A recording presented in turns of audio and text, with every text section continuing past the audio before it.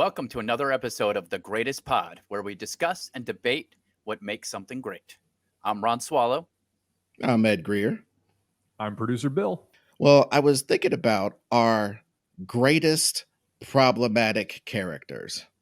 The one that the characters you know their problems, but you would go to bat for them because, damn it, something in them speaks to you. And we're going to examine what that means. Are we going to be toxic fanboys in this episode? We get our chance to be toxic fanboys? Woo, role play, baby. Let's embrace the shittiness, people. Let's do it.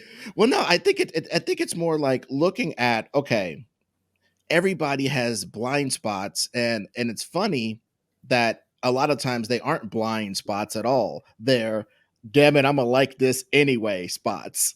You know what I mean? Because again, something speaks to us, something is an exact approximation of thoughts we have had. And there's no denying that on some level. So no matter how the winds shift and change, you're steadfast in your like of it. There's things that affect you on that level. Mm-hmm. Absolutely. Yeah, absolutely. So I'm curious what this conversation is going to say about each of us, because I think that this could be problematically deep and start to reveal some of our darker sides. So if you're in for that, buckle up, people. It's about to be a ride. I think it also could reveal some of our darker side, but I think it also could reveal sort of like the crux of who we thought we were or think we are, as either as kids or who we are now. At least I think for mine, it definitely is probably like that. So, but where do we want to start? Do you want to start with Ed, Bill, or me? I think I want to start with yours because they'll be lighter, and then we'll just dig down into hell with me and Bill's. Fair enough. That's fair enough. True. Well, mine is it's characters who are basically mass murderers that we get to like afterwards because they start doing good things. So Vegeta is who comes to mind for the first one. He in Dragon Ball and Dragon Ball Z, he literally blows up planets and kills off entire populations of people so that they can sell the planets they don't blow up. And he's literally killing everybody off the planet so they can sell it to the highest bidder. Like, that's the type of thing that he was involved with. So literally probably billions of people he has at least participated in killing. And now that he fights for the planet Earth to defend it from bullies, we're supposed to like be cool with his redemption story. And the thing is, I totally am. I love I love a character arc. I love that this guy starts off as a bad guy, and I'll admit that in his situation, he was born into this. Like, this is something I think is interesting. Every once in a while, you'll see a hillbilly who stops being a hillbilly once he gets out into the world and meets people. And now the difference is this is a mass murdering hillbilly. So it's that's why it's problematic. You know, you're not going to look at any Mussolini isn't going to show up and then be like, well, now I solved climate change. Is it cool? Are we cool? You know what I mean? Like, it's just one of those things that's interesting about those characters. Loki, I think, is a great example of this. We're supposed to really like Loki. And I do. I'm just going to say, I mean, what this speaks to, though, is something that's kind of problematic about fiction.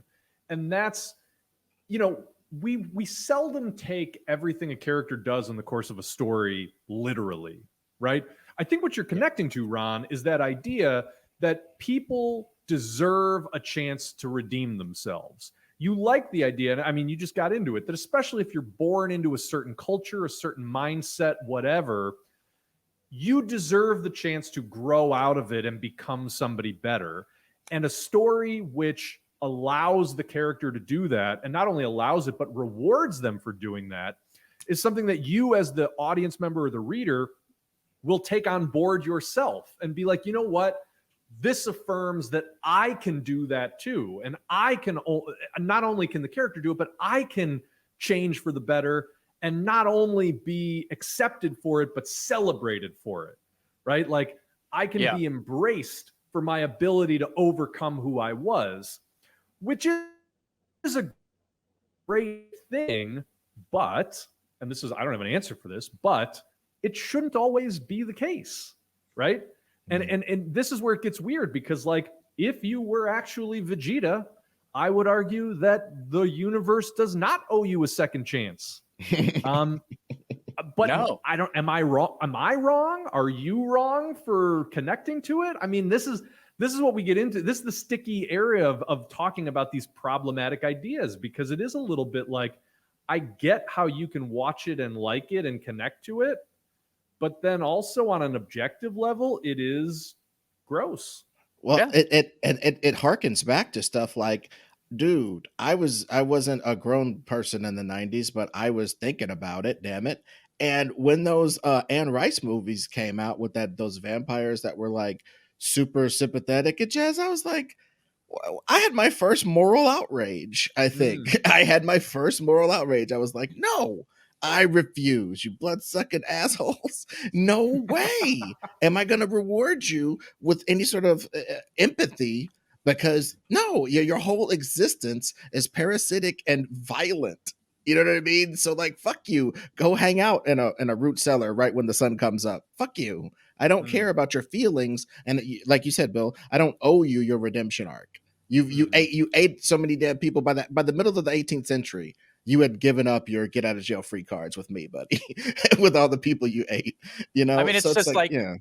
It's like we talked about on the Darth Vader episode. You know, you don't get to redeem your killing with killing more people. Like you just can't do it. And at the same time, I do enjoy Vegeta. I do enjoy Loki. I think Loki, that show was great. I enjoy the idea of a person being able to change. But if that was a real life person, I would want them to be murdered. 100%. Like there isn't a lot of like, for the most part, I'm against, the death penalty.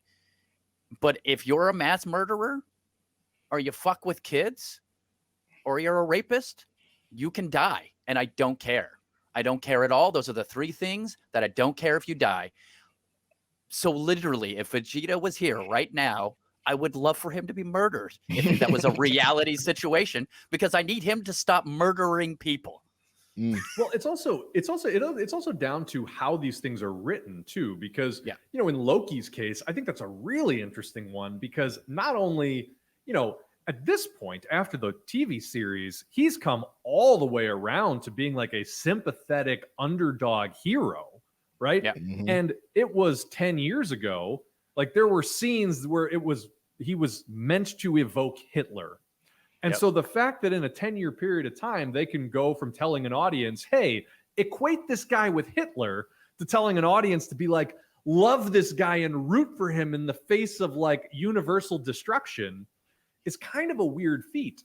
And I think it gets down, sorry, Ed, but just last point, I think it gets down to like, if the media is not going to ask you to invest in the lives of the victims, right? If the victims are always just faceless nobodies, they've got a great saying on the TV show Succession, NRPI, no real person involved. So if it's like a low-wage worker, that's how they categorize these specific incidents. Brutal. But that's kind of what the Marvel Universe has done with Loki, right? Like anybody that Loki ever affected, not a real person, don't care about them. And it does put you in a weird position as an audience member, because it's like your sympathies are a little bit misplaced. One of mine, and it's been with me since forever, and it's really just spread across the 80s across so many different characters. But I'll save my headliner character. But the first one that honestly probably got me into the second one was damn Rambo.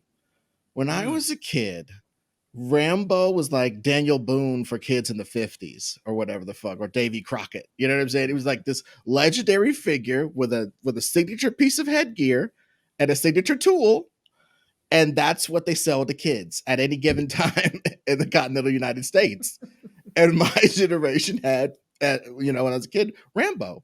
And Rambo won whole wars by himself. Rambo got pushed by the establishment as well, though he wasn't a regular good guy, because even the cops didn't like him in that first movie. Mhm. He's an anti-establishment Republican figurehead of war and doom that I bought into hook, line, and sinker. And to this day, I could put on any of the first two movies. I can't rock with him fighting with the damn Mujahideen and stuff in the third one. That's just, the dissonance is too great. But it's also a great time capsule in and of itself. I watched that movie in the theaters, I think, as a kid, rooting for a homeboy. That's an interesting one too, because that first Rambo movie is so different than what the series became, and even what the character became, right? Like initially, Rambo was a little bit of a commentary on PTSD, and very much a commentary on sort of the overreach of like provincial small town law enforcement, and just that troubled relationship between vets and the world back home. Like it had a lot of sort of sober and interesting things on its mind, but eventually they realized that the audience really wanted to see a one-man American army murdering foreigners, and Rambo fit that bill. Dude, and check it out. And it was so beautiful because it was like edging the audience with that first movie.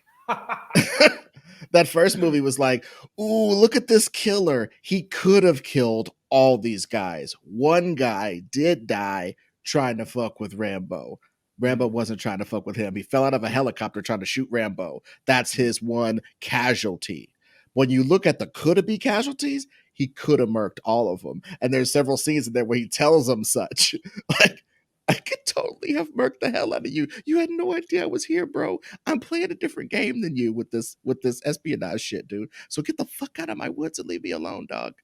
And so when you get this kicked puppy of a character, and then they go to the Rambo Part 2 story by James Cameron, spruced up by Sylvester Stallone on the screenplay. That's one thing I was going to say. David Morrell wrote the book, and the remnants of his treatise on PTSD kept the first Rambo movie a human story exploring real themes. Yeah. But as soon as the big boys got a hold of it, Stallone was like, yeah, thanks, buddy. Thank you for this thing. And got a little story by James Cameron and he spruced it up. And you get this. If the first one was edging, this one is an explosive tsunami of violence, and you get your release. And it was the biggest shit. It was the it was the biggest shit. Dude, people don't remember. I remember being in Boy Scouts and having a Rambo knife. It had a damn compartment in the handle that you could put fishing line and all types of matches and survival shit in there. And it was sharp as hell. I kept it hella sharp on a rock, and I had a holster for it and everything. And I just felt like such a big man because I felt like Rambo. And it's now I'm just looking back on it. I'm just like, the cringe. I don't like that word, but it hits me. The cringe hits me when I think about how into fucking Rambo I was as a kid.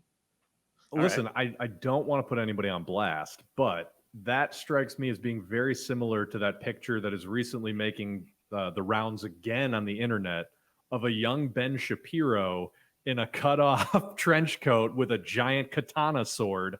And like, listen, especially nerds, I think we can all relate to that phase in our lives where it's like, yeah, I just want to believe that I am the baddest motherfucker anybody will ever come across. And look at my sweet weapons. And I don't care who you are. If you fuck with me, I'm taking you down, motherfucker.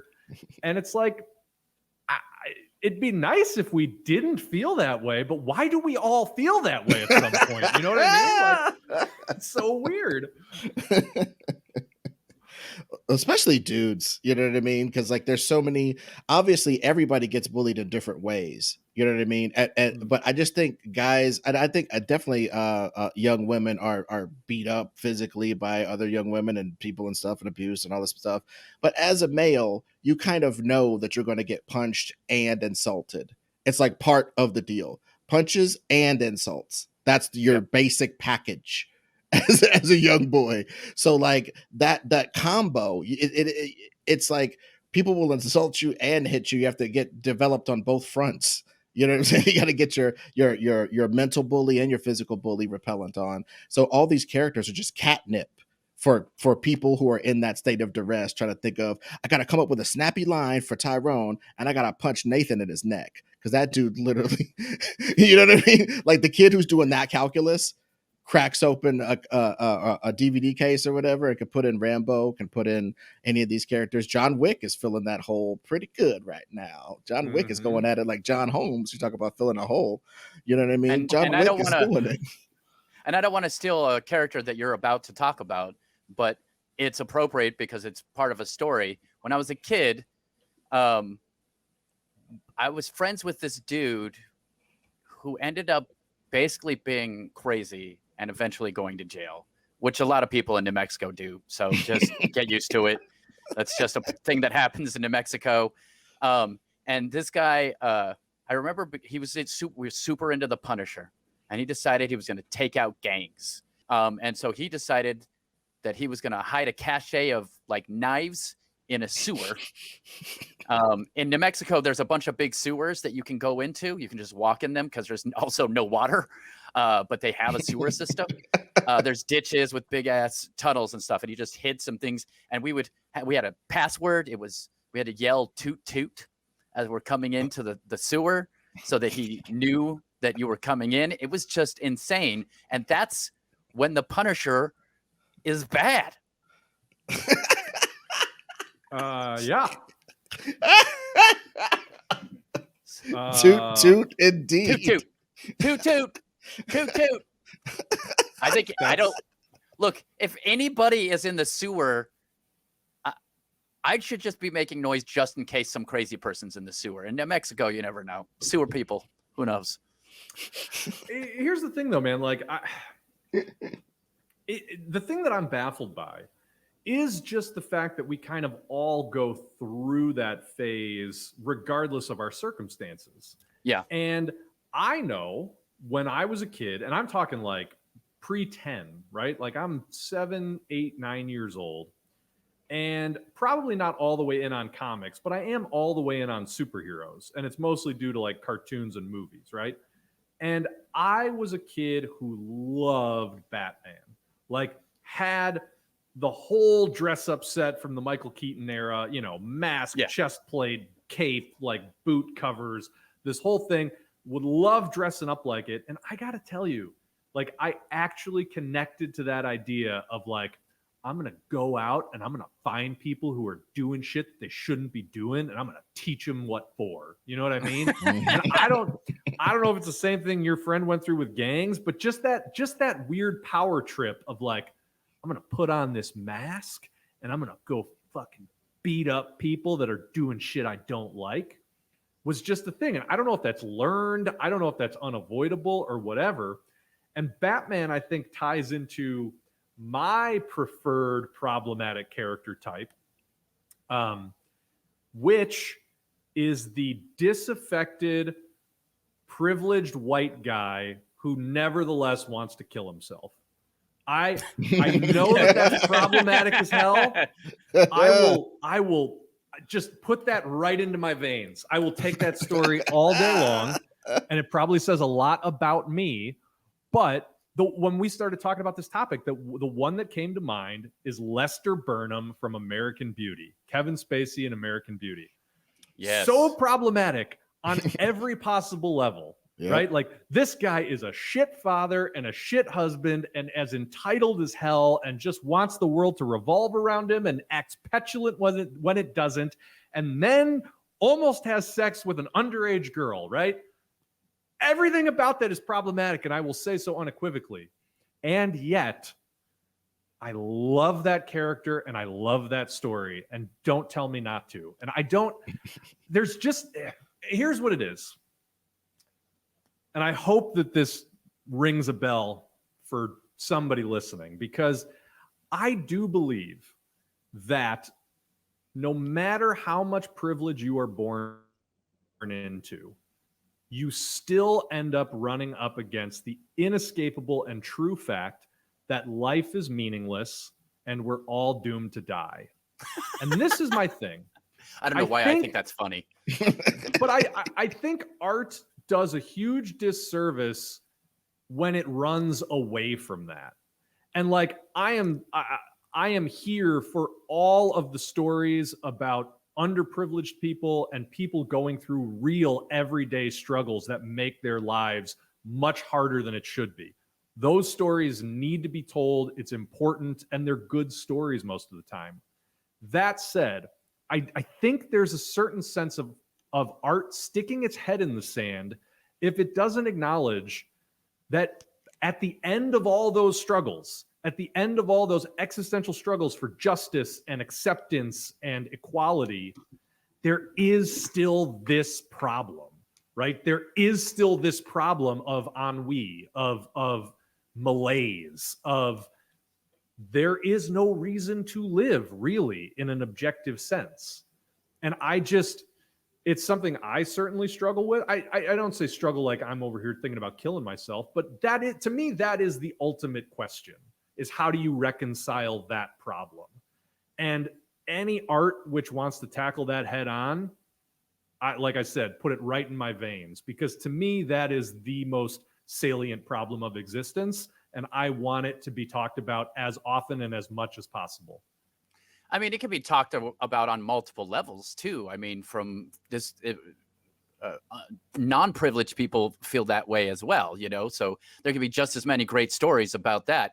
And you also see something like, people always love to use Robin Williams as a great example of this. And I think it is a great example because that he seems like he had it all. He had millions of dollars. He's considered one of the greatest comedians of all time, one of the best actors and comedic actors of all time.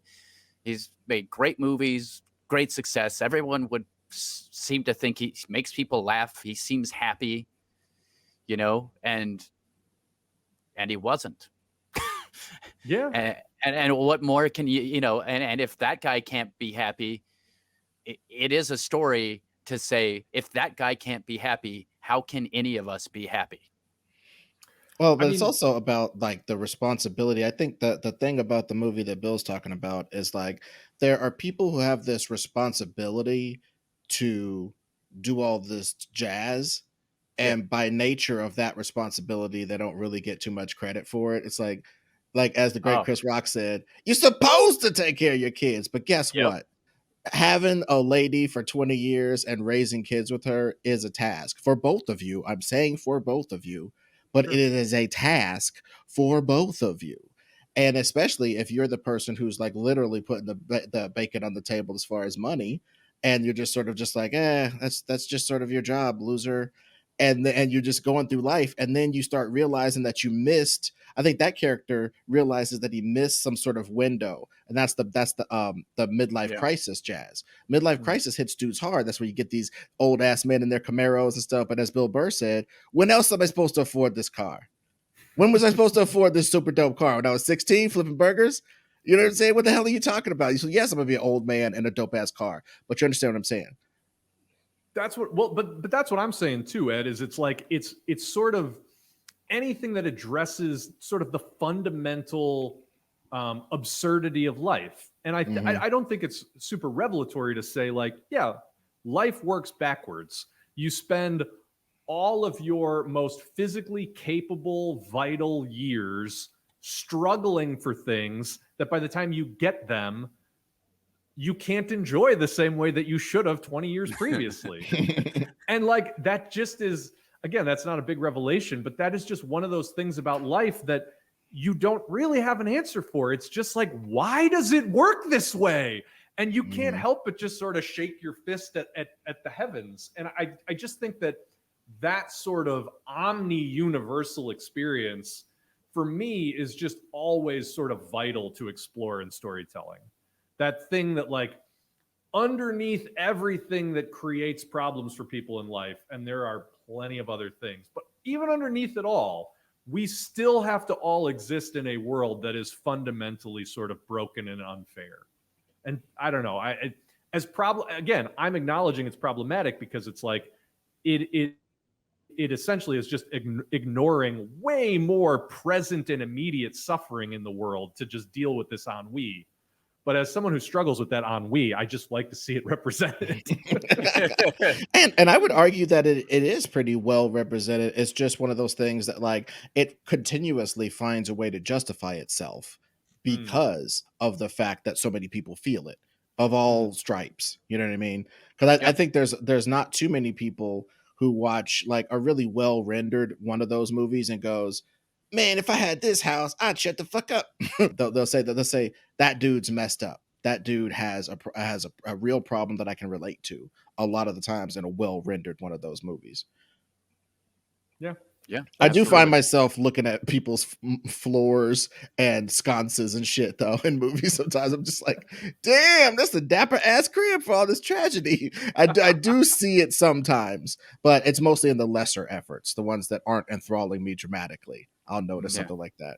But it is interesting how you can do that in art and you can't do that in real life. Like if I hear another rich person be like, well, money doesn't solve all your problems, I'll be like, I'll stab you. I will stab you. I'll go down to the sewer. I'll yell toot toot. I'll get that sword and I will chop your arm off because money solves 75% of my problems, if not 80% of my problems. It at least allows me to address my other problems. So shut the fuck up. In real life, that's how I feel. But in a movie, that I don't think about that at all.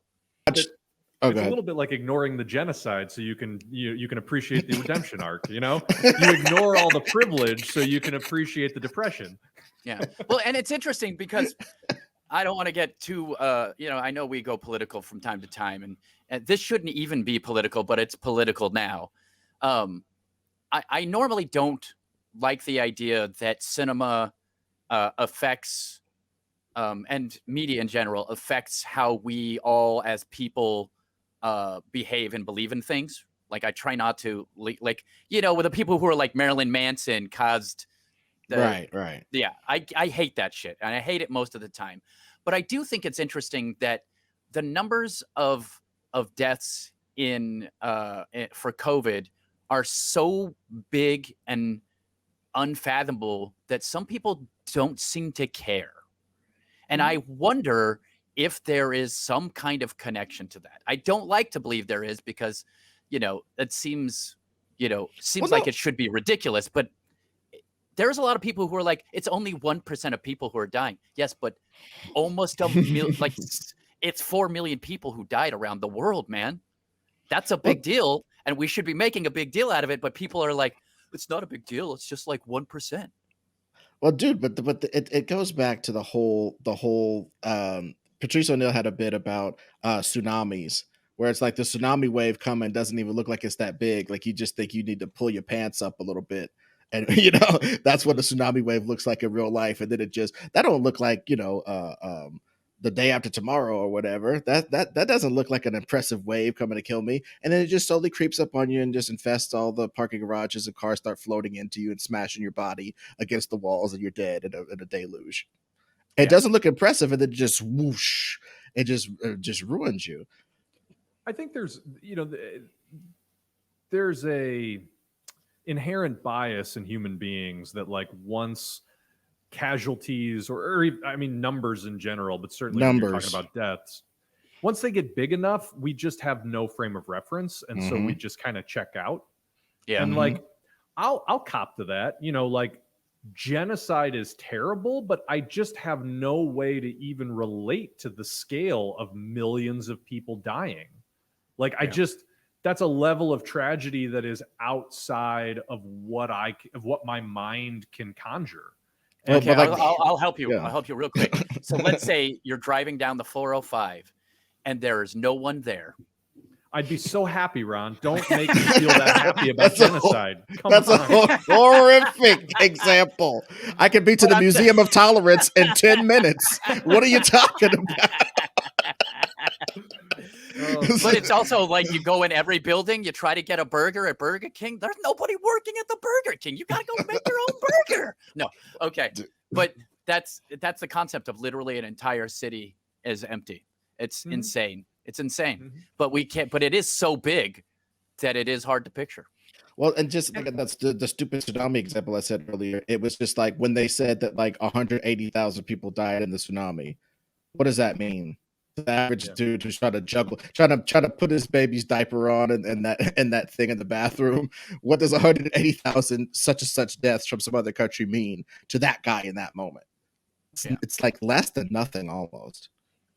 Well, and I think where it becomes cynical is where, creators sort of use that to their advantage. And I think that goes back to where you started, Ron, that idea of like a character can essentially commit genocide and still be forgiven because the people writing and producing something like that know inherently as a person, you're already much more checked out than if you would have just seen that guy crush a baby with his bare hands. I mean, you watch Vegeta like pick up a baby by the head and squeeze that baby's head until it pops. You're not going to want to root for Vegeta. Nope. Yeah. But like you see him punch through a planet and the planet vaporizes and all 8 billion people on the planet die. Meh. You know what I mean? It's just, there's just something about that. Yeah, it's so interesting. I just, now I want a therapist on this or a psychologist who knows why this exists. I'm just, it's so interesting to me because it's the graduation of all the regrets that we have as people. Like a human being has a regret that he never did X or never proposed to this person or never did this or never completed this degree or whatever. And when they're writing a story, they don't go write a story about a guy who didn't finish his degree. They write a story about a dude who murdered a bunch of people. And then they go to the as Bill likes to say, the apotheosis of that idea. Like, how can I make this the best distillation and the largest perception of this idea? And it is like a planetary genocide or takeover plans that are for full whole planets and all that kind of stuff. It makes it a fun adventure romp rather than genocide when it gets that big. So, did you have any other genocidal characters, Ron, besides Loki and Vegeta that you really, or like? I know you're a big Wolverine and not Sabretooth, but like Wolverine definitely is one of those guys who's killed like a bazillion people in his past. Now, admittedly, he was brainwashed, but even then, like, does anything make up for that? Like, I just don't know. That's just another one of those convenient fictionalized outs. Right? Yeah. It's a little bit like, don't worry about that. It was all the drugs. It's like, well, really?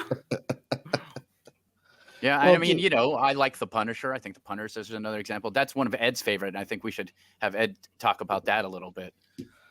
Well, I mean, dude, I've been thinking about it for so long that it's too huge in my mind. But the salient points are, I think right now, John Wick is eating the Punisher's lunch.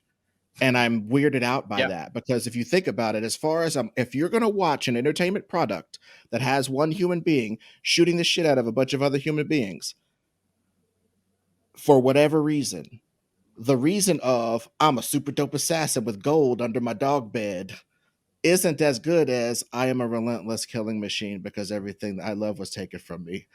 To me, that's a totally different vibe, and I get that they're doing that. Everything he loved was taken from him, but he was a guy who took everything that other people loved and not in any goofy ass war with any sort of ethos. Obviously, we know that murder is murder, but in war, there are certain, things you got to do. And so he murdered people strictly in war, comes back, has a murder put on him, and he uses the tools of war to get at these people who did that. And a key ingredient in the Punisher mythos that I always thought was better than any assassin story was that he always went after high value targets, even as far back as the 80s. It was never, hey, there's a bunch of dudes around the fucking boombox. Let's do a drive by real quick. The Punisher never did no bullshit like that. He had more evidence than a Batman and 5 cops before he would murder your ass. And he would do it with this. He would go after high value targets. 15 dudes. There's a rocket launcher in there. There's 100 guns and 15 dudes milling about. And he would take that place down and then take all their money and buy more guns for him to, you know what I'm saying? It's just like, it was kind of Bill's thing of wanting to die. If I have all this fucking skill inside me, I have millions of dollars of skills loaded onto my frame, and I have nothing in my life but hatred for the people and the type of people who took that from me. What are you gonna do? It's almost like, to me, for that character, he chooses to just shut off the rest of life. Punisher has no girlfriends. Punisher has no martinis with some chick playing baccarat. He's working out because he's getting old. He got a knee brace on. He's working out, doing Muay Thai, punching frozen stuff like Stallone, and getting ready to keep this continuous war going until he eventually dies. That's it. That's all. And I understand how people can say that's some weird hollow character, but to me, it's very compelling that somebody would like give their life to that because they, of all those factors. I think the tightrope you have to walk with a character like that, and with that character specifically, is that you sort of you have to always keep in mind that it's a tragedy. And I think that, where you see this go off the rails with the Punisher is where it becomes sort of a wish fulfillment. Exactly. Right? And the Punisher becomes almost an aspirational character. Mm-hmm. That's where it's a little bit like, okay, you have crossed a weird line here. Mm-hmm. And you see all that impassioned talking about the Punisher. I didn't once say about like, yeah, and he stabs people real good and he blows stuff up good. It was all about him and his like, yes, I'm sorry to interrupt, but like that's the part that gets me, not all the problematic parts, frankly. I mean, obviously murder's problematic, but the most problematic parts don't appeal to me at all. But I do think there is a gray area there that I'm actually relating back to Batman. And I think Batman's a good character that sort of straddles what you're talking about with what I was talking about with the ennui of the overprivileged, right? Mm-hmm. Like Batman is a guy whose parents' death really didn't need to affect him the way that it did. And you could 100% look at Batman and be like, really? Like, you are one of the richest people in the world with anything you could ever want right at your fingertips, including like a manservant who can do anything. And what you want to do is go out and like beat the shit out of people. Like, that's really what you want to do with your life. And then I go, well, I certainly remember being a kid and being like, yup, that's what I want. and where that crosses with the Punisher is just that idea of like, the world will make sense when I force it to. And there are two types of people out there. There's good people who deserve to be protected, and there's bad people who deserve to have the shit beat out of them or worse. And the only way the world gets better is if the good people take it to the bad people. Like, all of that is gross and wrong, and also, I would almost argue, inescapable for at least a certain type of American. I would consider I'm extraordinarily progressive and almost pacifistic in my advancing age. That's not how I felt when I was like a teenager. Like I legitimately bought into, God, it'd be so great if Batman was real. Like, I didn't necessarily want people dying in the streets because the Punisher was gunning them down, but I certainly wouldn't mind if people were getting concussed and, a bunch of gang members getting CTE out there. And by the way, why was I worried about gang members? Like, I lived in a freaking lily white suburb. No gang members cared about me. They posed no threat to my existence. But that's not what, conservative local news would have you believe. Right. And that's right. That's where I think that all this discussion about problematic characters sort of reveals a weird, deeper truth, where it's like, it more so reveals like a lot of the shit that you're bringing to it. And I think where I got away from characters like Ed is talking about is I sort of, as I grew up, I realized how little they had to do with my life and the way I grew up. Like, It's one thing to connect to the Punisher if you're actually living in danger from criminals. It's quite another thing to be like, well, I come from an upper middle class family in a town where the crime rate is almost zero, but I'm over here worrying about a guy on the streets bringing vigilante justice to gang members. Like, come on, it just illuminates these weird sort of like gross parts of society and the self, and that's where I think this is an interesting conversation. Yeah, I mean, I grew up with gangs, and knowing people who were in gangs and knowing people who've died in gangs. And it's so funny because as a kid, having been jumped a couple of times by some gang members who didn't understand what gangs are really about, because at the time it wasn't like a money-making thing in Albuquerque. It was like we see this media stuff, and so we're going to try to imitate what we think gangs are supposed to be. And so they didn't do it right. Now, like as I grew up, I just saw the sadness that as the more you learn about late stage capitalism and the fact that people become so desperate and they see no future, so they go to whatever future seems possible. And that's literally what those guys' futures were to them. That's what they had, and they went to it. And I can't blame them, because I know that if I was in the same situation, I would have done the same thing. I almost did, and I should not be allowed to be in a gang. But for so many reasons. Yeah.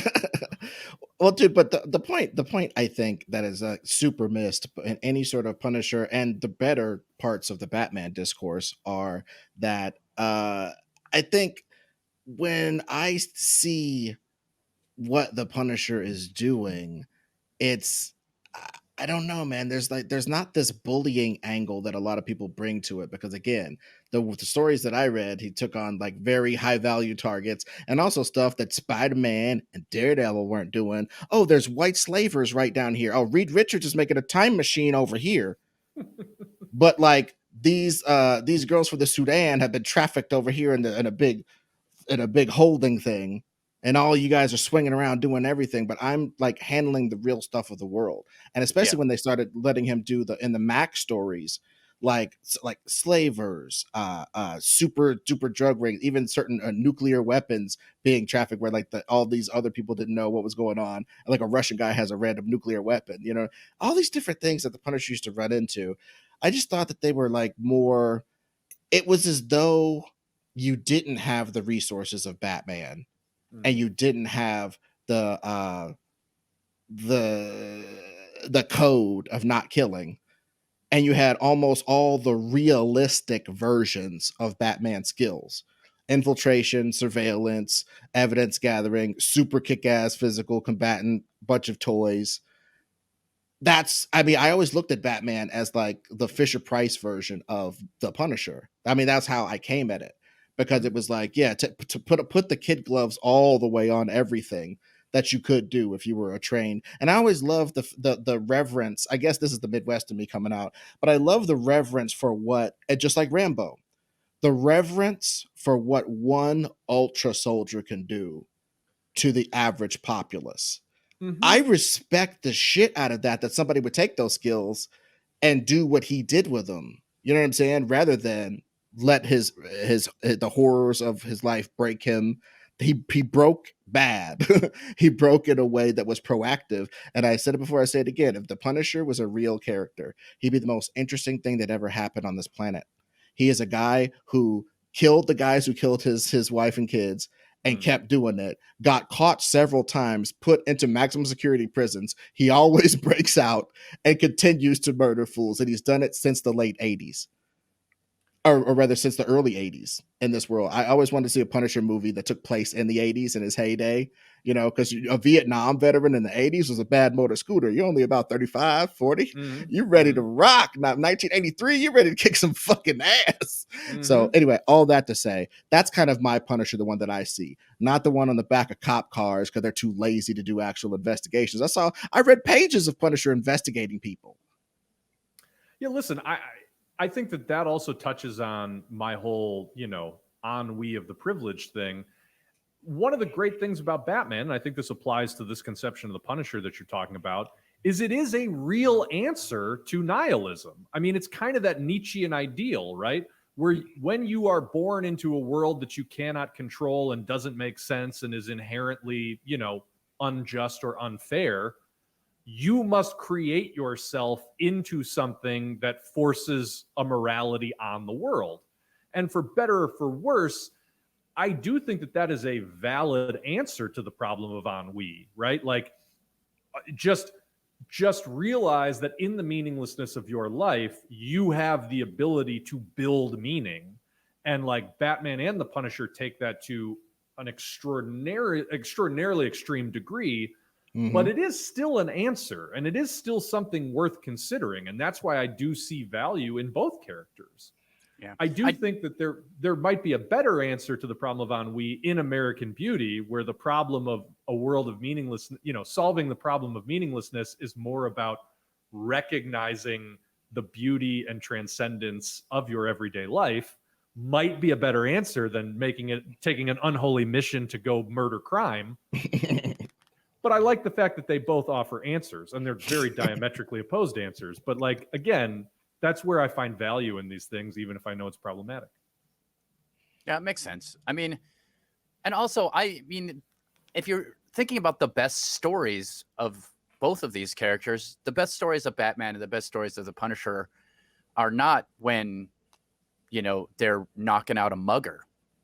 That's never the best stories of those two characters. It's when they're stopping people who are literally murdering children and are literally, ruining neighborhoods and et cetera, et cetera. Like really stopping bad guys who are bad guys type of stuff. Well, and what So you mean by ruining neighborhoods is like smashing them with a big giant machine that or is, whatever. Like, you know what I yes, mean? that's what I'm talking about. Yes. I'm not it's talking about like your local drug dealer who well, I mean, arguably is not great doing his job, but is also like probably not a guy who needs to get murdered.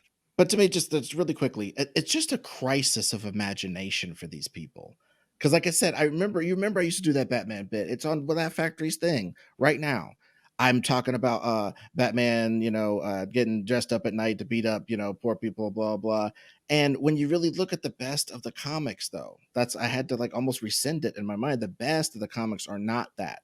And the fact that we've let that be the conception because of maybe some parts of the Nolan verse and some parts of some people's apocryphal rememberings of the type of stuff Batman did. But in the best of the best of the best stories, he's not picking on anybody. He's punching up in the best way because he's got no powers. He's trying to fight whole gangs. He's got no powers. He's trying to stop this dude from making the fish smile and everybody be poisoned. He's trying to stop an immortal dude with an army of ninjas. What kind of check can you write to solve that problem? His privilege has nothing to do with solving that because it's a fictional reality and they fictionalized enough of it for it to have kind of nothing to do with what we do. And obviously, in the comic books, they've had since forever him doing charitable crap and giving away money and blah, blah, blah. So it's like, I feel like people have a dearth of imagination because they want to impress actual like life upon certain aspects of fictional stuff, but I do it too, so I get the compunction. I hate Forrest Gump for what it literally says about like just keep your head down, run in a straight line, do what everybody says, and you'll get rich and you'll get Apple stock. Well, let's talk about the important part. This is fiction. And while you should analyze your fiction deeply, I think that it's important. It's also good to realize that Vegeta hasn't actually murdered anybody, and neither has the Punisher or Batman. They've done it in comic books, and those people weren't real. And in most of those stories, they're telling a different story. And sure, it's an adventure story, but usually there's some kind of theme, and there's a point to the character, and there's some sort of metaphor that they have something to do with. I mean, Vegeta's arc is that, he was basically raised by someone who taught him to be a killer, and he was able to not become a killer. In the basic story of that is when you're raised by shitty people, this is for me why I relate. When you're raised by shitty people, it does not mean you're a shitty person. You can make decisions that are better decisions and become a better person. And you can tell that story in plenty of ways. You can tell it in a real way that's more like a family drama. Or you could tell it with a guy who can, punch a moon into another planet. Well, but the villain to hero pipeline is well worn, right? Yeah. We kind of love that, Yeah. and it's part of our Billy the Kid obsession or whatever. And John Dillinger gave me a nickel, so he has my undying loyalty. The type of crap we do in America for our hero worship of some of these characters. But I'm just saying, like Vegeta and people who have all of this mass murder stuff. Like we were talking about, the numbers obscure their crimes, and we want to do stories of redemption. And one of the last things I like about the Punisher is he gets none. He gets no redemption. There's That's no true. redemption in that. Nobody thinks the Punisher's a really great guy. Nobody's slapping him 5. And the people that are slapping him 5, he has to usually kill them because they've bought into the wrong part of his stuff. She's shot up cops that have done that. He shot up all types of imitators to the throne, trying to be like the Punisher. He's really dissuaded a lot of people violently from trying to trod his path. So it's just like I think Batman, on the other hand, is drafting fools. He got a draft like the NBA. Like, okay, whose parents died? Give me Lucky 7. Oh, this guy's got acrobatic skills. Oh, give me that kid. All right, next year, everybody's parents die around him, and he just goes to the casino and bets on these kids. You know what I mean? So it's like I always like the Punisher more for that. Like so many people tried to join the Punisher, and he let a couple of them join him one time. They like instantly got killed, and he was like, never again. You know what I mean? I always love that part of the so-called realism. That was maybe my wish fulfillment, was that when you get your wish to be an undying killer of men, and when you're an edgy teenager, I'm sorry, that's part of it. And we're all got gray hairs in our beard, and we talk about John Wick. To me, it's the same shit. It's the same shit. Give somebody this reason to identify with somebody who literally can't be stopped. Not because they can't be stopped, because they won't be. They refuse. And that character is popular as hell, and it always will be. And I'm just saying, like, morally, I was so on board for like, this guy don't even get no pussy, dog. He's just all about murdering people.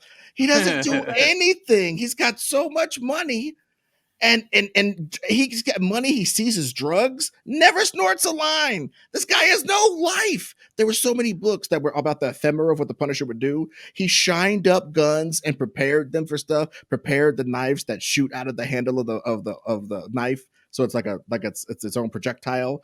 Crossbow oiling. He's doing that all day. He's got no life. He's just dedicated to this, and it's like this monk psychotic thing that I was like, damn, dude, he's not just freewheeling, having a good time murdering people like Deadpool or like a lot of these people that people like. He's solely focused with he eats a certain amount of macros. He measures his macros so he can stay lean and mean to be this machine as he ages to fight these dudes. He works out more than Joe Rogan.